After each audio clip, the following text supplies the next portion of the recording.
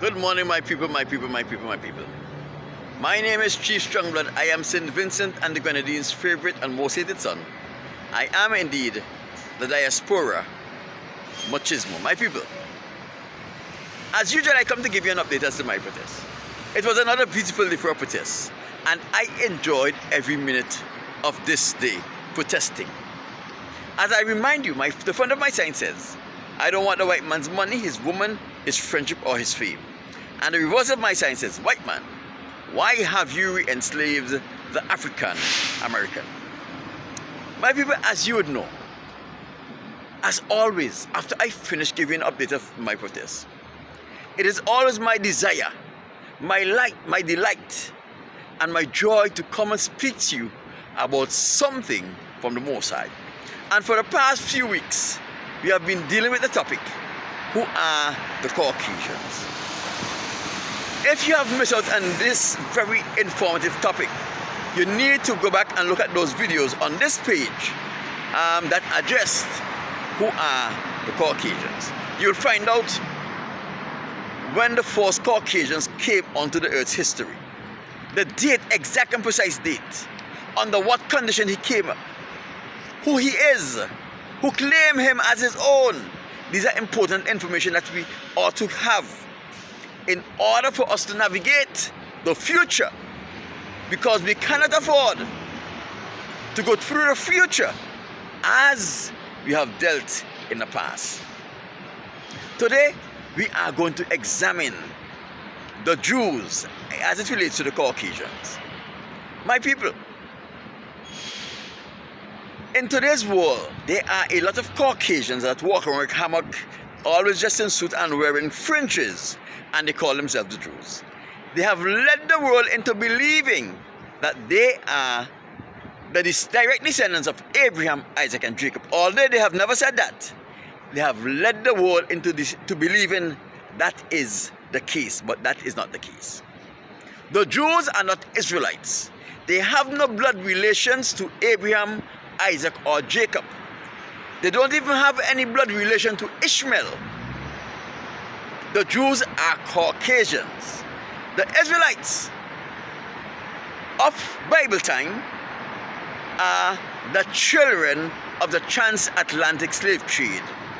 Your foreparents and my foreparents, you and I, we are the Israelites of the Bible. Don't make anyone fool you. Now, I will declare here before I go any further that the Jews were always white. Let us turn our Bible to John chapter 9, and we are going to read from verse 19. We're going to read the first part, and I'm going to paraphrase just to save time. What happened in this part? The Son of the Most High God, Yahushua, aka Jesus Christ, came into contact with a blind man.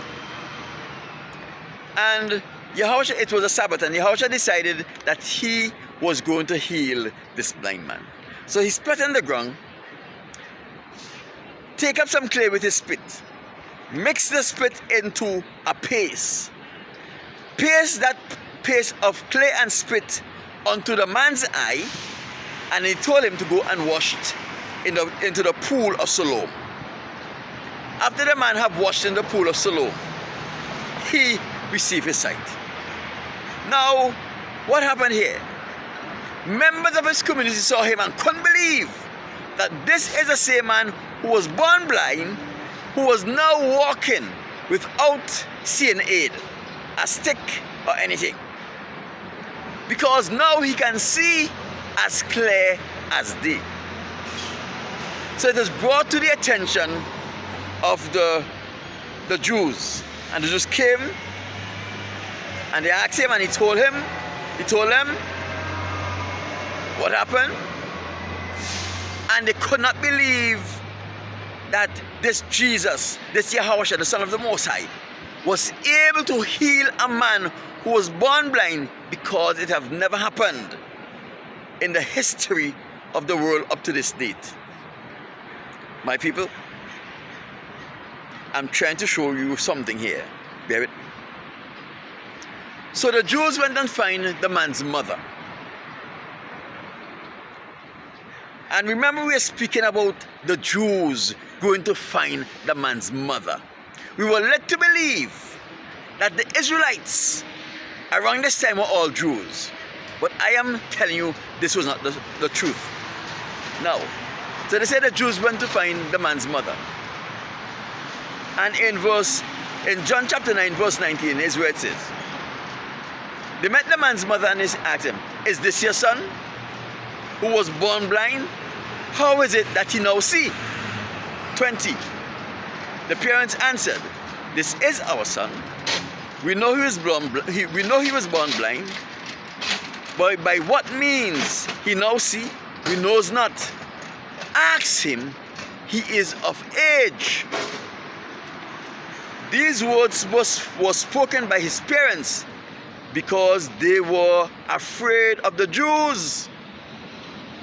So it's like saying the Vincentians were afraid of the Vincentians, the Trinidadians were afraid of the Trinidadians. It doesn't make sense. It shows that the Jews were an order within the church. And remember, Yahushua was always speaking about the Israelites. He said that he came to seek the lost sheep of the house of Israel. So the son of Moses was speaking about Israel and the Israelites. Because the Jews have already said, if anyone confess that he is a Christ, they are going to throw them out of the temple.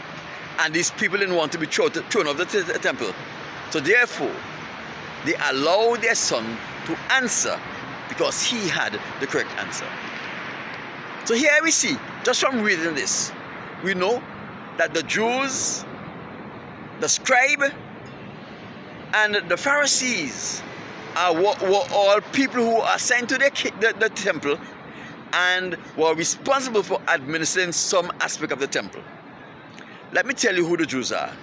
The Jews were second and third generations Romans who were appointed in the temple as spies, because in those days the temple was the hub of activity in Israel, in Jerusalem. The priests were responsible for the enforcement of the laws of the Most High. The priests were responsible for settling disputes in the Most High, in Israel, on behalf of the Most High. And the priests were also responsible for the social welfare of all of Israel. So what the Romans did, in order to ensure that there were not a revolt against the Romans' authority, they appoint these second and third generation Romans to be Jews. They appoint them and they call them Jews to spy upon the Israelites on behalf of Rome. Let me take this opportunity to remind you that the Caucasians, who call themselves the Romans, have took control of the word of the Most High since AD 70. For over 1,954 years, they have had control of the words of the Most High. Remember, after they have taken control of the word of the Most High, they came in search of the Israelites and they re-enslaved our foreparents, the Israelites. It is their intention to keep the Israelites slaves and to keep them slaves forever. Because if the Israelites are not slaves forever, that means they and the entire nations is in trouble. My people, to prove of this, they have tampered with the Bible. They take out the books that they didn't want, the books that exclude them from the Bible, and they put in books in the Bible that does not belong there. Right? They change up some of the narratives in the Bible to suit their purposes. Their whole objective was to ensure that we use the Bible, and from the Bible we remain slaves forever. Not only slaves forever, but their slaves forever. In John chapter 8 verse 31, It is believed that Jesus was speaking to some Jews who allegedly believed in that he was the Christ. And Jesus is alleged to have said to them, if you continue in my way, you are my disciples. Indeed, you shall know the truth, and the truth shall make you free. If these people believed in Jesus Christ, why would when Jesus Christ say, the truth will make you free? So why did they get angry? And listen to what it says. They call themselves Jews, right? We are Abraham's seed. We have never been in captivity to anyone. That means they don't know the history of Israel. The Israelites were slaves in Egypt. The only tribe of Israel that were not slaves in Egypt were the Levite. And that is because the Levite failed to fall victim to the ensnarement the Egyptian set up for us of Israel. When the Levites were telling the other members, don't go and get involved, they chose to go and work for a salary from the Egyptians. This information is found in the book of Joshua. So when the Jews, who is claiming that they were a part of the tribe of Judah, say that they have never been enslaved to any man, that is because they were Caucasians. The Caucasians were not enslaved to anyone during the history. But the Israelites who were of the tribe of Judah were slaves in Egypt.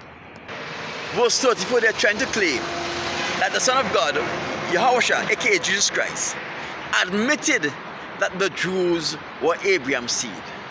That was placed there by the Caucasians to lend that narrative, to change the narrative of what Yahushua, the Son of the Most High, Jesus Christ, was saying. This is what they say that the Son of the Most High says.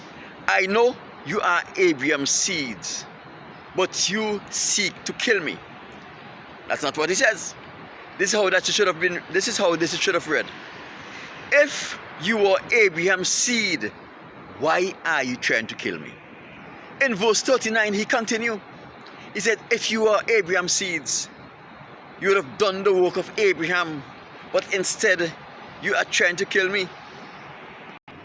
And in verse 42, he said, if God were your father,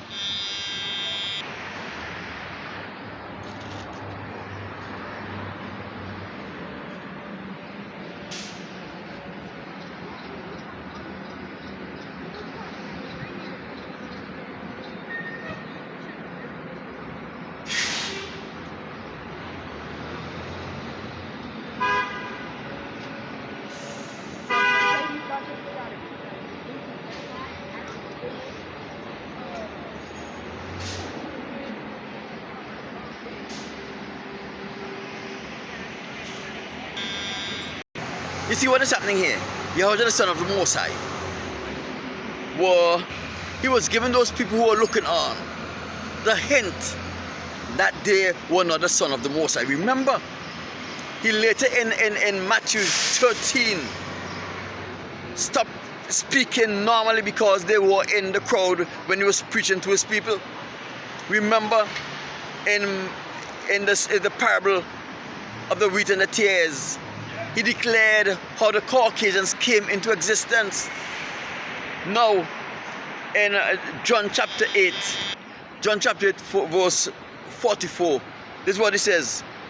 He gets tired of the back and forth, and he decides to stop holding his punches. He says, you are of your father, the devil, and the lust of your father you will do.